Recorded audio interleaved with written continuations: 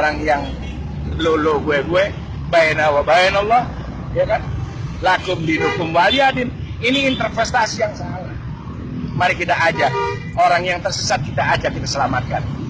Orang yang papa kita pertolongkan. Orang yang lapar kita bantu beri makanan. Itu baru agama. Karena ternyata agama lebih banyak di kalangan perutnya orang yang lapar, orang-orang yang miskin, orang yang di sana ternyata ada agama, ada air mata, ada tangisan, bukan di orang-orang kaya ini.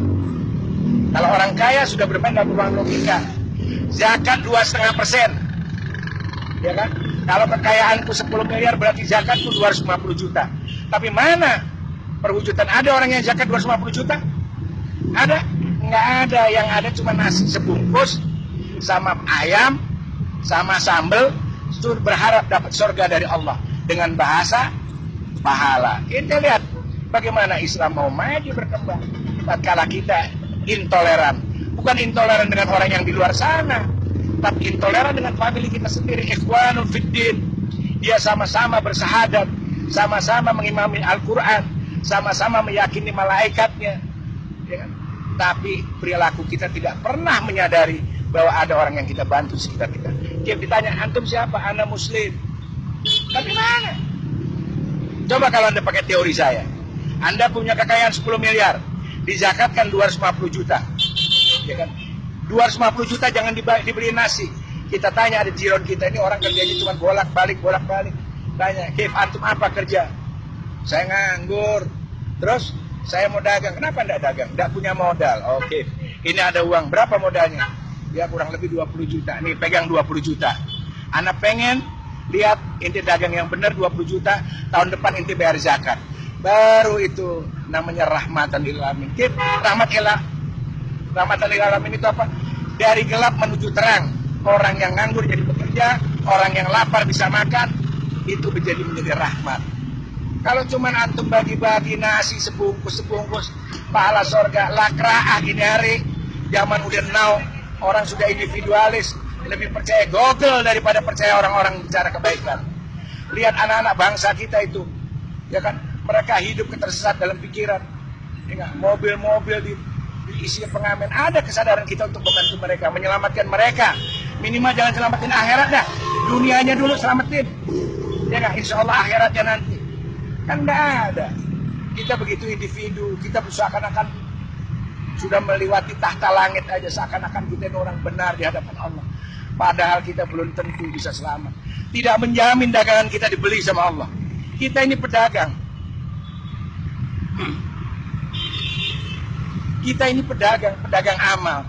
Yang mudah-mudahan dagangan kita dibeli Allah. Jangankan kita bisa dibeli, sah menurut furu syariat aja sudah alhamdulillah. Kita bersyukur, artinya kita ngaji. Tapi tetap kita ada wara. Wara itu berhati-hati di dalam kebenaran agama kita. Hati-hati bukan kita ini kelompok Syiah, kelompok Wahabi, kelompok Sunni, bukan itu.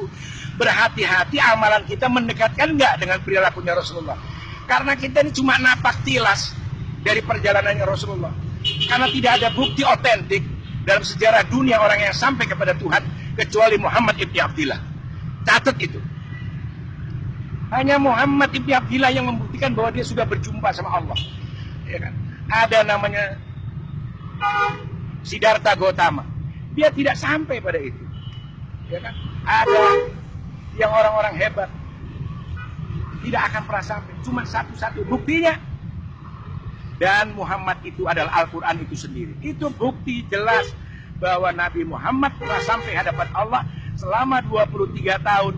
Dari lisannya yang mulia lahirlah Al-Quran, yang pada awalnya la hurfin wala sautin. Itu Al-Quran. Dari lisan yang mulia, dari hatinya yang jernih. Kenapa? 23 tahun itu bukan waktu yang sedikit. Kalau ente sudah mikirin fulus, mikiran dunia, pengen punya mobil mewah, tapi Rasulullah steril dari pemikiran itu. Sehingga Al-Quran itu murni dan menjadi penuntun umat sampai hari ini, dari dunia sampai akhirat. Makanya Al-Quran itu wasifa, wadawa, apa lagi? Wadu'a. Itu karena kejadian hati Rasulullah. Jadi mustahil kalau otaknya hubud dunia, ya kan, masih senang-senang duniawi, nggak ada itu. Jadi kalau Anda ingin menjadi orang yang berbeda, maka berbedalah engkau dalam segala perilaku daripada orang umum. Makanya Imam Ghazali sendiri memberi batasan.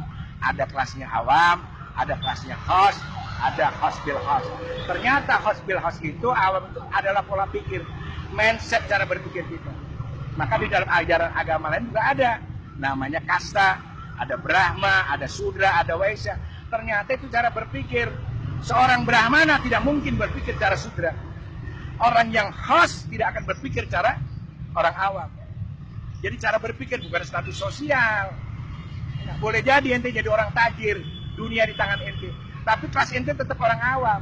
Makanya jangan heran banyak orang bahlul yang nggak tajir dia tajir. Nah, itu kelas. Jadi ingat bahwa khas adalah cara berpikir. Jadi orang yang cara berpikirnya intelektual, berbudaya, berkultur, bermartabat, dia akan menempatkan segala sesuatunya pada nilai-nilai terhormat. Tapi kalau antum memang orang rendahan, walaupun anda di pinggir jalan, ditaruh di istana sekalipun tetap anda rendah dalam berbudaya dan berkultur. Tapi kalau anda memang orang yang punya kelas, walaupun anda di pinggir jalan, tetap anda seperti mutiara di dalam lumpur, indah adanya. Assalamualaikum.